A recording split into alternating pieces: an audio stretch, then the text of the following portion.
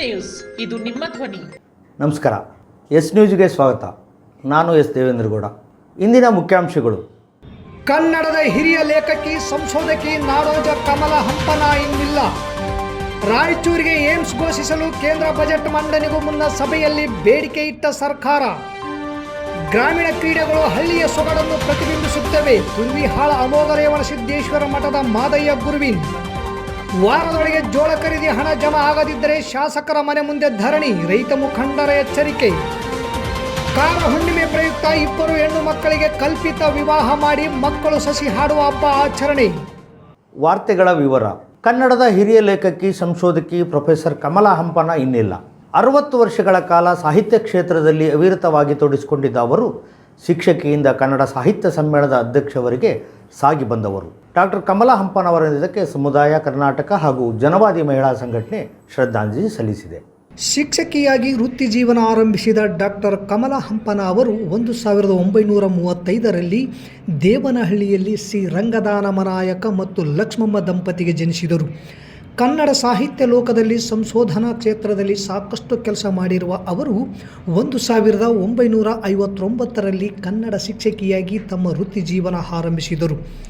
ಮೈಸೂರು, ಬೆಂಗಳೂರು ಮಹಾರಾಣಿ ಮಹಿಳಾ ಕಾಲೇಜಿನಲ್ಲಿ ಪ್ರಾಧ್ಯಾಪಕರಾಗಿ ಕಾರ್ಯನಿರ್ವಹಿಸಿದ ಅವರು ನಂತರ ಬೆಂಗಳೂರಿನ ವಿಜಯನಗರ ಸರ್ಕಾರಿ ಪ್ರಥಮ ದರ್ಜೆ ಕಾಲೇಜಿನಲ್ಲಿ ಪ್ರಾಂಶುಪಾಲರಾಗಿ ಕೆಲಸ ಮಾಡಿದರು. ನಿವೃತ್ತರಾದ ನಂತರವೂ ತಮ್ಮ ನೆಚ್ಚಿನ ಅಧ್ಯಾಪನ ಕೆಲಸ ಮುಂದುವರಿಸಿದರು. ಮೈಸೂರು ವಿಶ್ವವಿದ್ಯಾಲಯ ಜೈನಶಾಸ್ತ್ರ ಪ್ರಾಕೃತ ಅಧ್ಯಯನದ ಅಧ್ಯಕ್ಷರಾಗಿ, ಹಂಪಿ ಕನ್ನಡ ವಿಶ್ವವಿದ್ಯಾಲಯದ ಸಂದರ್ಶಕ ಪ್ರಾಧ್ಯಾಪಕರಾಗಿಯೂ ಸೇವೆ ಸಲ್ಲಿಸಿದರು. ಕಮಲಾ ಹಂಪನ ಅವರ ಲೇಖನಿಯಿಂದ ಹಲವು ಕೃತಿ, ಸಂಶೋಧನಾ ಬರಹಗಳು ಮೂಡಿಬಂದಿವೆ. ಕಥಾ ಸಂಕಲನ, ಕಾದಂಬರಿಯಿಂದ ಹಿಡಿದು ಸಂಶೋಧನಾ ಕೃತಿಗಳವರೆಗೆ ವಿವಿಧ ಪ್ರಕಾರಗಳಲ್ಲಿ ಸಾಹಿತ್ಯ ಕೃಷಿ ಮಾಡಿದ್ದಾರೆ. ನಕ್ಕಿತು ಹಾಲಿನ ಬಟ್ಟಲು, ರೆಕ್ಕೆ ಮುರಿದಿತ್ತು, ಚಂದನ, ಬಣವೆ ಕಥಾ ಸಂಕಲನಗಳು, ಬುಗುಡಿ, ಬಿಂದಲಿ ವಚನ ಸಂಕಲನ, ತುರಂಗ ಭಾರತ ಒಂದು ಅಧ್ಯಯನ, ಶಾಂತಿನಾಥ ಆದರ್ಶ ಜೈನ ಮಹಿಳೆಯರು, ಅನೇಕಾಂತವಾದ ನಾಡು ನುಡಿ ನಾವು, ಜೈನ ಸಾಹಿತ್ಯ ಪರಿಸರ, ಬದ್ದವಣ, ರೋಣದ ಬಸದಿ, ಮಹಾಮಂಡಲೇಶ್ವರಿ, ರಾಣಿ ಚನ್ನಭೈರದೇವಿ ಮತ್ತು ಇತರ ಕರಾವಳಿ ರಾಣಿಯರು ಇತ್ಯಾದಿ ಸಂಶೋಧನಾ ಲೇಖನಗಳು. ಅಕ್ಕ ಮಹಾದೇವಿ, ಯಳವನಕಟ್ಟೆ ಗಿರಿಯಮ್ಮ, ವೀರವನಿತೆ ಓಬವ್ವ, ಜನ್ನ, ಚಿಕ್ಕವರಿಗಾಗಿ ಚಿತ್ರದುರ್ಗ, ಡಾಕ್ಟರ್ BR ಅಂಬೇಡ್ಕರ್, ಮಳಬಾಗಿಲು, ಮಕ್ಕಳೊಡನೆ ಮಾತುಕತೆ, ಶಿಶು ಸಾಹಿತ್ಯ, ಬಕುಳ, ಬಾನಾಡಿ, ಬೆಳ್ಳಕ್ಕಿ, ಆಕಾಶವಾಣಿ ನಾಟಕ ರೂಪಕಗಳು, ಇತರೆ ಭಾಷೆಗಳಿಂದ ಬೀಜಾಕ್ಷರ ಮಾಲೆ, ಜಾತಿ ನಿರ್ಮೂಲನೆ, ಭಾರತದಲ್ಲಿ ಜಾತಿಗಳು, ಏಷಿಯಾದ ಅಣಹತೆಗಳು, ಜಾತಿ ಮೀಮಾಂಸೆ ಸೇರಿದಂತೆ ಅನೇಕ ಕೃತಿಗಳನ್ನು ಕನ್ನಡಕ್ಕೆ ಅನುವಾದ ಮಾಡಿದ್ದಾರೆ. ಜೊತೆಗೆ ಆತ್ಮಕಥೆ ವಿಮರ್ಶೆಗಳನ್ನೂ ಬರೆದಿದ್ದಾರೆ. ಕಮಲಾ ಹಂಪನ ಅವರನ್ನು ಹುಡುಕಿಕೊಂಡು ಹಲವು ಪ್ರಶಸ್ತಿಗಳು ಬಂದಿವೆ. ರಾಜ್ಯ ಸಾಹಿತ್ಯ ಅಕಾಡೆಮಿ ಪ್ರಶಸ್ತಿ, ಬಾಬಾ ಆಮ್ಟೆ ರಾಷ್ಟ್ರೀಯ ಪ್ರಶಸ್ತಿ, ಸಾಹಿತ್ಯ ವಿಶಾರದೆ ಪ್ರಶಸ್ತಿ, ಗೊಮ್ಮಟೇಶ್ವರ ವಿದ್ಯಾಪೀಠ ಪ್ರಶಸ್ತಿ, ವರ್ಷದ ಲೇಖಕಿ ಪ್ರಶಸ್ತಿ, ರಾಜ್ಯೋತ್ಸವ ಪ್ರಶಸ್ತಿ, ದಾನ ಚಿಂತಾಮಣಿ ಪ್ರಶಸ್ತಿ ಈ ಪೈಕಿ ಪ್ರಮುಖವಾದವು. ಅಲ್ಲದೆ 2003ರಲ್ಲಿ ಮೂಡುಬಿದಿರೆಯಲ್ಲಿ ನಡೆದ 71ನೇ ಅಖಿಲ ಭಾರತ ಕನ್ನಡ ಸಾಹಿತ್ಯ ಸಮ್ಮೇಳನದ ಅಧ್ಯಕ್ಷತೆ ವಹಿಸಿದ್ದರು. ತಮ್ಮ ಅಧ್ಯಯನ, ಅಧ್ಯಾಪನ, ಲೇಖನ, ಭಾಷಣ ಮತ್ತು ಸಂಶೋಧನೆಗಳಿಂದ 60 ವರ್ಷಗಳ ಕಾಲ ಸಾಹಿತ್ಯ ಕ್ಷೇತ್ರದಲ್ಲಿ ಅವಿರತವಾಗಿ ತೊಡಗಿಸಿಕೊಂಡಿದ್ದ ಡಾಕ್ಟರ್ ಕಮಲಾ ಹಂಪನ ಅವರು ಸಮಕಾಲೀನ ಕನ್ನಡ ಸಾಹಿತ್ಯದ ಹಿರಿಯ ಬರಹಗಾರ್ತಿಯಾಗಿದ್ದರು. ಅವರ ಪತಿ ನಾಗರಾಜಯ್ಯ ಅವರು ಸಾಹಿತಿ ಸಂಶೋಧಕರಾಗಿ ಗುರುತಿಸಿಕೊಂಡಿದ್ದಾರೆ. ಕೇಂದ್ರ ಬಜೆಟ್ ಮಂಡನೆಗೂ ಮುನ್ನ ರಾಜ್ಯಗಳ ಮುಖ್ಯಮಂತ್ರಿಗಳು ಪ್ರತಿನಿಧಿಗಳೊಂದಿಗೆ ಕೇಂದ್ರ ಹಣಕಾಸು ಇಲಾಖೆ ಸಚಿವೆ ನಿರ್ಮಲಾ ಸೀತಾರಾಮನ್ ಏರ್ಪಡಿಸಿದ್ದ ಸಭೆಯಲ್ಲಿ ಕರ್ನಾಟಕ ಸರ್ಕಾರದ ಕಂದಾಯ ಸಚಿವ ಕೃಷ್ಣ ಬೈರೇಗೌಡ ಅವರು ಪಾಲ್ಗೊಂಡಿದ್ದರು. ಸಭೆಯಲ್ಲಿ ಹಲವಾರು ಬೇಡಿಕೆಗಳ ಪಟ್ಟಿ ಸಲ್ಲಿಸಿದ್ದು ರಾಯಚೂರಿಗೆ ಏಮ್ಸ್ ಬೇಡಿಕೆ ಸಲ್ಲಿಸಿದ್ದಾರೆ.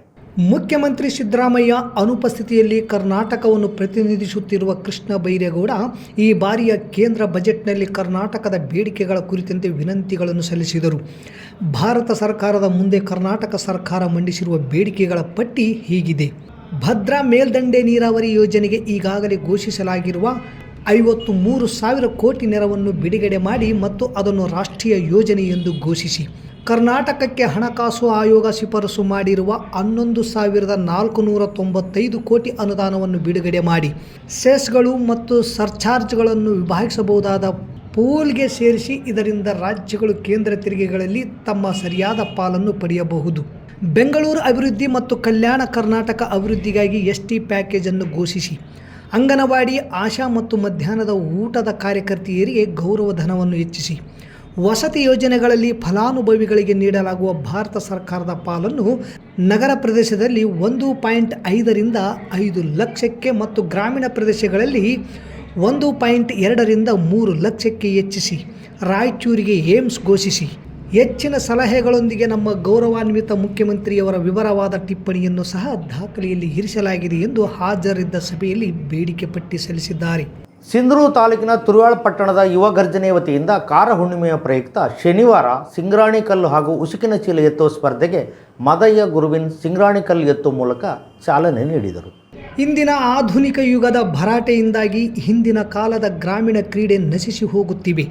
ಈಗಿನ ಕಾಲದ ವೇಟ್ ಲಿಫ್ಟಿಂಗ್ ಹಿಂದಿನ ಕಾಲದಲ್ಲಿಯೂ ಇತ್ತು. ಅದನ್ನು ಸಂಗ್ರಾಣಿ ಕಲ್ಲು ಎತ್ತುವ ಕ್ರೀಡೆ ಎಂದೇ ಕರೆಯುತ್ತಿದ್ದರು. ಇಂತಹ ಸಾಹಸ ಪ್ರದರ್ಶನಗಳು ಗ್ರಾಮೀಣ ಭಾಗದಲ್ಲಿ ಇನ್ನೂ ಇರುವುದು ಬಹಳ ಸಂತಸದ ವಿಷಯವಾಗಿದೆ. ಗ್ರಾಮೀಣ ಕ್ರೀಡೆಗಳಿಂದ ಹಳ್ಳಿಯ ಸೊಗಡನ್ನು ಪ್ರತಿಬಿಂಬಿಸುತ್ತದೆ. ಒಟ್ಟಿನಲ್ಲಿ ನಶಿಸಿ ಹೋಗುತ್ತಿರುವ ಇಂತಹ ಕ್ರೀಡೆಗಳನ್ನು ತುರುವಿಹಾಳ್ ಪಟ್ಟಣದ ಯುವಕರು ಮತ್ತೆ ಮುನ್ನೆಲೆಗೆ ತರುವ ಪ್ರಯತ್ನ ಮಾಡುತ್ತಿರುವುದು ಶ್ಲಾಘನೀಯವಾಗಿದೆ ಎಂದರು. ಸ್ಪರ್ಧೆಯಲ್ಲಿ ಪಾಲ್ಗೊಂಡ ಸ್ಪರ್ಧಿಗಳು ಬಲಭೀಮರಂತೆ ಕಲ್ಲಿನ ಜೊತೆ ಸೆಣಸಾಡಿ ಜಟ್ಟಿಗಳು ಮೈ ಬಗ್ಗಿಸಿ ನೋಡುತ್ತಿದ್ದಂತೆ ಕಲ್ಲು ಎತ್ತುವ ಪರಿ ಜನರನ್ನು ರೋಮಾಂಚನಗೊಳಿಸಿತು. ಒಬ್ಬೊಬ್ಬ ಜಟ್ಟಿಯು ಮೈ ಹುರಿಗೊಳಿಸಿಕೊಂಡು ಸ್ಪರ್ಧೆಗೆ ಆಗಮಿಸಿದ್ದು ವಿಶೇಷವಾಗಿತ್ತು. ಈ ಸಂದರ್ಭದಲ್ಲಿ ಊರಿನ ಹಿರಿಯ ಮುಖಂಡರಾದ ಮಲ್ಲನಗೌಡ ದೇವರಮನಿ, MD ಫಾರೂಕ್ ಸಾಬ್ ಕಾಜಿ, ಮೌಲಪ್ಪಯ್ಯ ಗುತ್ತೇದಾರ್, ಶಾಮಿದ್ ಸಾಬ್ ಚೌಧರಿ, ದೊಡ್ಡಪ್ಪ ಕಲ್ಗುಡಿ, ನಾಗಪ್ಪ ಸಂದೂರಿ, ಯಲ್ಲಪ್ಪ ಭೋವಿ, ಫಕೀರಪ್ಪ ಭಂಗಿ, ಮಹಾಂತೇಶ್ ಸಜ್ಜನ್, ರಾಮಣ್ಣ ಉಪ್ಪಾರ್, ರಮೇಶ್ ಕರ್ಡೋಣಿ, ಮುತ್ತಣ್ಣ ನವಲಿ, ಡಿ ಶಂಕರಗೌಡ ದೇವರಮನಿ, ಆಯೋಜಕರಾದ ಮಲ್ಲು ಭಂಗಿ, ವೀರೇಶ್, ಮಾರುತಿ, ಗರ್ಜಪ್ಪ ಹಾಗೂ ಪಟ್ಟಣ ಯುವಕರು ಸೇರಿದಂತೆ ತಾಲೂಕಿನ ವಿವಿಧ ಗ್ರಾಮಗಳ ಸ್ಪರ್ಧಿಗಳು ಆಗಮಿಸಿದ್ದರು.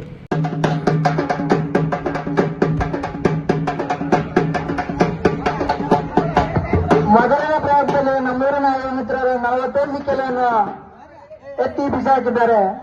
ಮೊದಲನೇ ಪ್ರಯತ್ನದಲ್ಲಿ ಖರೀದಿ ಕೇಂದ್ರಗಳ ಮೂಲಕ ಸರ್ಕಾರದ ಖರೀದಿಸಿದ ಜೋಳಕ್ಕೆ ರೈತರ ಖಾತೆಗೆ ಹಣ ಜಮಾ ಮಾಡುವಲ್ಲಿ ಪ್ರತಿ ಕ್ವಿಂಟಲಿಗೆ 2 ರೂಪಾಯಿ ಲಂಚ ಕೇಳುವ ಮೂಲಕ ಅಧಿಕಾರಿಗಳು ತಾರತಮ್ಯ ನೀತಿ ಅನುಸರಿಸಿ ರೈತ ಸಮೂಹದ ವಿಶ್ವಾಸಕ್ಕೆ ದ್ರೋಹ ಬೈಗುವ ಕೆಲಸ ಮಾಡುತ್ತಿದ್ದಾರೆ. ಇದು ಖಂಡನೀಯ ಎಂದು ಕರ್ನಾಟಕ ರಾಜ್ಯ ರೈತ ಸಂಘದ ಪ್ರಧಾನ ಕಾರ್ಯದರ್ಶಿ ಅಮೀನ್ ಪಾಷಾ ದಿದ್ಗಿ ಆಕ್ರೋಶ ವ್ಯಕ್ತಪಡಿಸಿದರು. ನಗರದ ಪತ್ರಿಕಾ ಭವನದಲ್ಲಿ ಕರ್ನಾಟಕ ರಾಜ್ಯ ರೈತ ಸಂಘ ಹಾಗೂ ಹಸಿರು ಸೇನೆ ವತಿಯಿಂದ ಕರೆದ ಸುದ್ದಿಗೋಷ್ಠಿಯನ್ನು ಉದ್ದೇಶಿಸಿ ಮಾತನಾಡಿದ ಅವರು, 8 ದಿನಗಳ ಒಳಗಾಗಿ ರೈತರ ಖಾತೆಗೆ ಹಣ ಜಮಾ ಮಾಡದಿದ್ದಲ್ಲಿ ಶಾಸಕ ಹಂಪನಗೌಡ ಬಾದರ್ಲಿಯವರ ಮನೆ ಮುಂದೆ ಧರಣಿ ಮಾಡಲಾಗುವುದೆಂದರು. ಜಿಲ್ಲೆಯಲ್ಲಿ 30ಕ್ಕೂ ಹೆಚ್ಚು ಜೋಳ ಖರೀದಿ ಕೇಂದ್ರಗಳಿವೆ. MD ಶಿವಬಸಪ್ಪ ಕ್ವಿಂಟಲ್ಗೆ 2 ರೂಪಾಯಿ ಕೊಟ್ಟರೆ ಮಾತ್ರ ಹಣ ಹಾಕುತ್ತಿದ್ದಾರೆ. ಲಂಚ ಕೊಡದ ತಾಲೂಕಿನ RH ಕ್ಯಾಂಪ್ 2 ಮತ್ತು ದಿದ್ದಿಗಿ, ಬಾದರ್ಲಿ, ಹುಡಾ, ಗುಡದೂರು ಸೊಸೈಟಿಗಳ ರೈತರ ಖಾತೆಗೆ ಇಲ್ಲಿವರೆಗೂ ಹಣ ಜಮಾ ಮಾಡಿಲ್ಲ. ಲಂಚ ಕೊಟ್ಟ ದಡೆಸೂಗೂರು ಸೊಸೈಟಿ ಫಲಾನುಭವಿಗಳಿಗೆ ಸಂಪೂರ್ಣ ಹಣ ಜಮಾ ಆಗಿದೆ. ಲಂಚಕ್ಕೆ ಸಂಬಂಧಿಸಿದಂತೆ ಜಿಲ್ಲಾಧಿಕಾರಿ, ಮಂತ್ರಿ ಯಾರ ಹತ್ರನೂ ಹೋಗಿ ಹೇಳಿ ಎಂದು ರಾಜಾರೋಷವಾಗಿ ಹೇಳುತ್ತಿದ್ದಾರೆ. ಈ ಅಧಿಕಾರಿಗಳಿಗೆ ಜಿಲ್ಲಾಧಿಕಾರಿಗಳು, ಶಾಸಕರು ಮತ್ತು ಮಂತ್ರಿಗಳು ಹೊತ್ತಿ ಬಿದ್ದಿದ್ದಾರಾ ಎಂದು ಪ್ರಶ್ನೆ ಮಾಡಿದರು. ತಾಲೂಕಿನಲ್ಲಿ 7,50,000 ಕ್ವಿಂಟಲ್ ಜೋಳ ಖರೀದಿ ಆಗಿದೆ ಎಂದು ವರದಿ ಇದೆ. ಬೆಳೆಹಾನಿ ಬರಗಾಲದಿಂದ ಅಷ್ಟೊಂದು ಜೋಳ ನಮ್ಮ ತಾಲೂಕಿನಲ್ಲಿ ಬೆಳೆದಿಲ್ಲ. ಇದು ವರ್ತಕರಿಂದ ಬೇರೆ ಬೇರೆ ಜಿಲ್ಲೆ ಮತ್ತು ಹೊರ ರಾಜ್ಯಗಳ ಜಿಲ್ಲೆಗಳಿಂದ ಸಿಂಧನೂರು ತಾಲೂಕಿನಲ್ಲಿ ಜೋಳ ಖರೀದಿ ನಡೆದಿದೆ.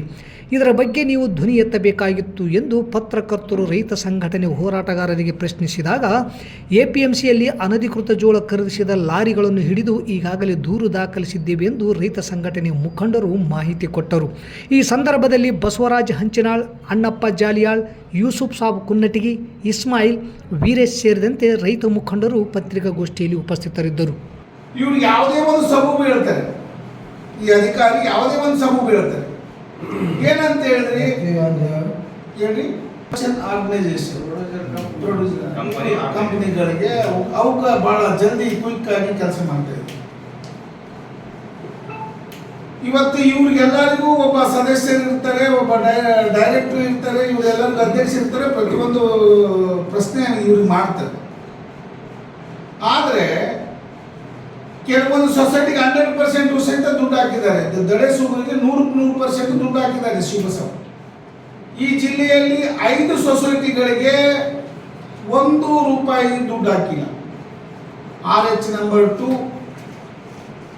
ದಿದ್ದಿಗಿ, ಬಾದರ್ಲಿ, ಮತ್ತೆ ಕೂಡ ಹುಡುಗರು ಈ ಸೊಸೈಟಿಗಳಿಗೆ ಒಂದು ಇದುವರೆಗೂ ಟಚ್ ಮಾಡಿಲ್ಲ. ಈ ಸೊಸೈಟಿಗಿಂತ ಹೆಚ್ಚು FPO ಗೌರವ ಕೊಡ್ತಾ ಇದ್ದಾರೆ. ಅವರು FPOಗಳಿಗೆ ಭಾಳ ಜಾಗರೂಕತೆಯಿಂದ ಕ್ವಿಕ್ ಆಗಿ ಕೆಲಸ ಮಾಡ್ತಾ ಇದ್ದಾರೆ.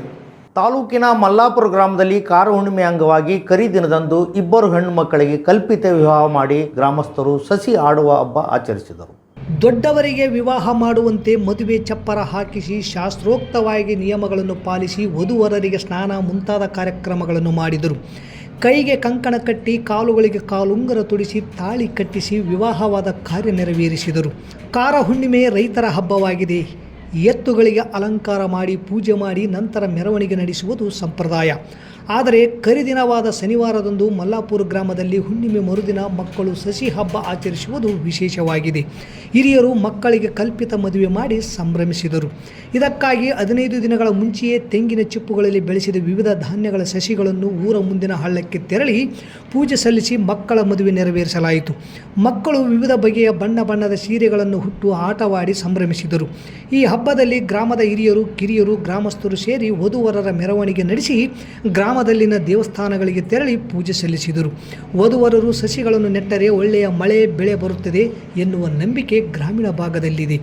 ಹಿರಿಯರ ಮಾರ್ಗದರ್ಶನದಲ್ಲಿ ಮಕ್ಕಳು ಪುರೋಹಿತರು ಸೇರಿ ಮಕ್ಕಳೇ ಹಲಿಗೆ ಸನಾಯಿ ವಾದ್ಯ ನುಡಿಸಿದರು. ವಿವಿಧ ಜವಾಬ್ದಾರಿಗಳನ್ನು ನಿರ್ವಹಿಸಿ ಗಮನ ಸೆಳೆದರು. ಮಕ್ಕಳೇ ಮಂತ್ರ ಪಠಿಸಿ ವಿವಾಹ ಕಾರ್ಯ ನೆರವೇರಿಸಲಾಯಿತು. ಈ ಸಂದರ್ಭದಲ್ಲಿ ಗ್ರಾಮದ ಮುಖಂಡರಾದ ಮಹಾಕಾಳ್ಯಪ್ಪ, ಮುದಿಯಪ್ಪ ನಾಯಕ, ಅಂಬಣ್ಣ ಗೋನ್ವಾರ್, ಹನುಮಂತಪ್ಪ, ದುರ್ಗಪ್ಪ ಡಿಡಿ, ನಾಗಮ್ಮ, ಭಾಗ್ಯಮ್ಮ, ದುಗ್ಗಪ್ಪ, ಹುಸೇನಮ್ಮ, ಲಕ್ಷ್ಮಿ, ದುರ್ಗಮ್ಮ, ದೇವಮ್ಮ ಸೇರಿದಂತೆ ಮುದ್ದು ಮಕ್ಕಳು ಸಹಿತ ಇದ್ದರು. ನಗರದ ಮಹಾತ್ಮ ಗಾಂಧಿ ವೃತ್ತದಲ್ಲಿರುವ ಸಂಚಾರಿ ಪೊಲೀಸರು ನಿಲ್ಲುವ ಸ್ಥಳದಲ್ಲಿ ಪೊಲೀಸ್ ಇಲಾಖೆಯ ಲಾಂಛನಕ್ಕೆ ತಾಲೂಕಿನ ಅರಿಗಿನಮರ ಕ್ಯಾಂಪಿನ ಖಾಸಗಿ ಶಾಲೆ ವೆಂಕಟೇಶ್ವರ ಆಂಗ್ಲ ಮಾಧ್ಯಮ ಶಾಲೆಯ ಜಾಹೀರಾತಿನ ಪೋಸ್ಟರ್ ಅಂಟಿಸಿ ಸಾರ್ವಜನಿಕರ ಆಕ್ರೋಶಕ್ಕೆ ಕಾರಣವಾಗಿದೆ. ನಗರದ ಮಹಾತ್ಮ ಗಾಂಧಿ ವೃತ್ತದಲ್ಲಿ ಸಂಚಾರಿ ಪೊಲೀಸರು ನಿಂತುಕೊಳ್ಳುವ ಸ್ಥಳಕ್ಕೆ ಪ್ರಸ್ತುತ ಶೈಕ್ಷಣಿಕ ವರ್ಷ 2024-25ನೇ ಸಾಲಿನ ಪ್ರವೇಶಗಳು ಪ್ರಾರಂಭ ಎಂಬ ಜಾಹೀರಾತು ಇರುವ ಪೋಸ್ಟರನ್ನು ಹಚ್ಚಿದ್ದು, ಅದರಲ್ಲೂ ರಾಜ್ಯ ಪೊಲೀಸರ ಲಾಂಛನ ಇರುವಲ್ಲಿ ಪೋಸ್ಟರ್ ಹಚ್ಚಿದ್ದು ಸಾರ್ವಜನಿಕರ ಆಕ್ರೋಶಕ್ಕೆ ಕಾರಣವಾಗಿದೆ. ಸರ್ಕಾರಿ ಜಾಗದಲ್ಲಿ ಯಾವುದೇ ಪೋಸ್ಟರ್ಗಳನ್ನು ಹಚ್ಚಬಾರದೆಂಬ ನಿಯಮವಿದ್ದರೂ ಸಹ ಖಾಸಗಿ ಶಾಲೆಯವರು ಅದ್ಯಾವುದನ್ನೋ ಲೆಕ್ಕಕ್ಕೆ ಹಾಕಿಕೊಳ್ಳದೆ ರಾಜಾರೋಷವಾಗಿ ಪೋಸ್ಟರ್ ಹಚ್ಚಿದ್ದು ಬೆಳಕಿಗೆ ಬಂದಿದೆ. ಇದು ಪ್ರತಿನಿತ್ಯವೂ ಅದೇ ಸ್ಥಳದಲ್ಲಿ ನಿಂತು ಕರ್ತವ್ಯದಲ್ಲಿ ನಿರತರಾಗುವ ಪೊಲೀಸರ ಗಮನಕ್ಕೆ ಇದು ಬಂದಿಲ್ವಾ ಎಂಬುದು ಹೋರಾಟಗಾರರ ಮತ್ತು ಸಾರ್ವಜನಿಕರ ಪ್ರಶ್ನೆಯಾಗಿದೆ.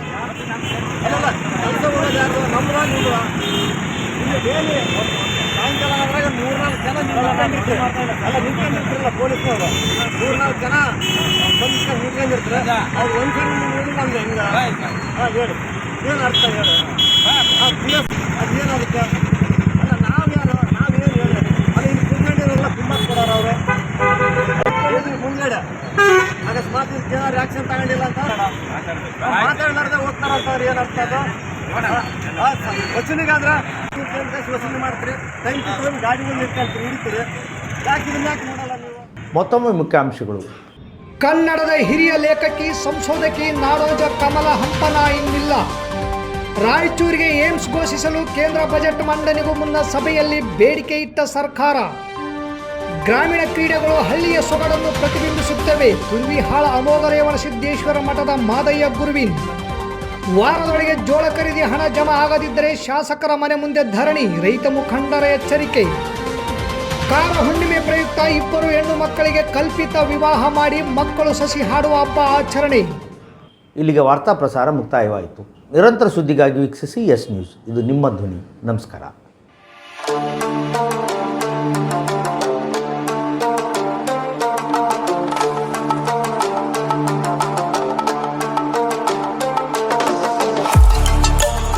ಕೇಂದ್ರ ಮತ್ತು ರಾಜ್ಯ ಸರ್ಕಾರದಿಂದ ಮಾನ್ಯತೆ ಪಡೆದ ಸಂಸ್ಥೆ Sunrise Group of Institute Sindhanur. ನಿಮ್ಮ ಮಕ್ಕಳ ಉಜ್ವಲ ಭವಿಷ್ಯಕ್ಕಾಗಿ Sunrise college of pharmacy, school of nursing ಮತ್ತು ಪ್ಯಾರಾಮೆಡಿಕಲ್ ಕಾಲೇಜ್ ಸಿಂಧನೂರು ಈ ಸಂಸ್ಥೆಗೆ ಒಮ್ಮೆ ಭೇಟಿ ನೀಡಿ. ಈ ಸಂಸ್ಥೆಯಲ್ಲಿರುವ ಕೋರ್ಸ್ಗಳು ಬಿ ಫಾರ್ಮಸಿ ವಿದ್ಯಾರ್ಹತೆ PUC ಮತ್ತು ಸೈನ್ಸ್ ಪಾಸ್ ಅವಧಿ 2 ವರ್ಷ, ನರ್ಸಿಂಗ್ GNM PUC ಕಲಾ ವಿಜ್ಞಾನ ವಾಣಿಜ್ಯ ಪಾಸ್ ಅವಧಿ 3 ವರ್ಷ, ಪ್ಯಾರಾಮೆಡಿಕಲ್ DMLT ಮತ್ತು DHI ವಿದ್ಯಾರ್ಹತೆ SSLC ಅಥವಾ PUC ವಿಜ್ಞಾನ, ಅವಧಿ 3 ವರ್ಷ. ಸಂಸ್ಥೆಯ ವಿಶೇಷತೆಗಳು: ಅನುಭವಿ ಉಪನ್ಯಾಸಕರಿಂದ ಬೋಧನೆ, ಪ್ರತಿ ಶನಿವಾರ ತಜ್ಞ ವೈದ್ಯರಿಂದ ವಿಶೇಷ ಉಪನ್ಯಾಸ, ಸುಸಜ್ಜಿತ ಕಟ್ಟಡ, ಸ್ಮಾರ್ಟ್ ಕ್ಲಾಸಸ್, CC ಕ್ಯಾಮೆರಾ ಅಳವಡಿಕೆ, ವಿದ್ಯಾರ್ಥಿಗಳಿಗಾಗಿ ಕಲಿಕಾ ಅನುಭವಕ್ಕಾಗಿ ಸಿಂಧನೂರು ಹಾಗೂ ವಿವಿಧ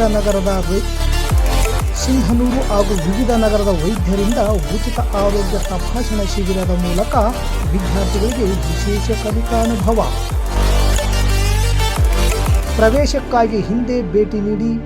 ಇರ್ಫಾನ್ ಕೆ ಅಧ್ಯಕ್ಷರು, Sunrise Group of institute, Renuka Yellamma ದೇವಸ್ಥಾನದ ಹತ್ತಿರ, ವಾಸವಿ ಗುಡಿ ಎದುರುಗಡೆ, ರಾಯಚೂರು ರಸ್ತೆ, ಸಿಂಧನೂರು.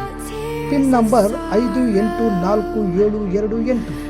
ದೂರವಾಣಿ ಸಂಖ್ಯೆ 8197143588 9036731385. ಹಿಂದೆ ಭೇಟಿ ನೀಡಿ. ನಿಮ್ಮ ಮಕ್ಕಳ ಉಜ್ವಲ ಭವಿಷ್ಯಕ್ಕಾಗಿ ಕೇಂದ್ರ ಮತ್ತು ರಾಜ್ಯ ಸರ್ಕಾರದಿಂದ ಮಾನ್ಯತೆ ಪಡೆದ ಸಂಸ್ಥೆ Sunrise Group of Institute, Sindhanur.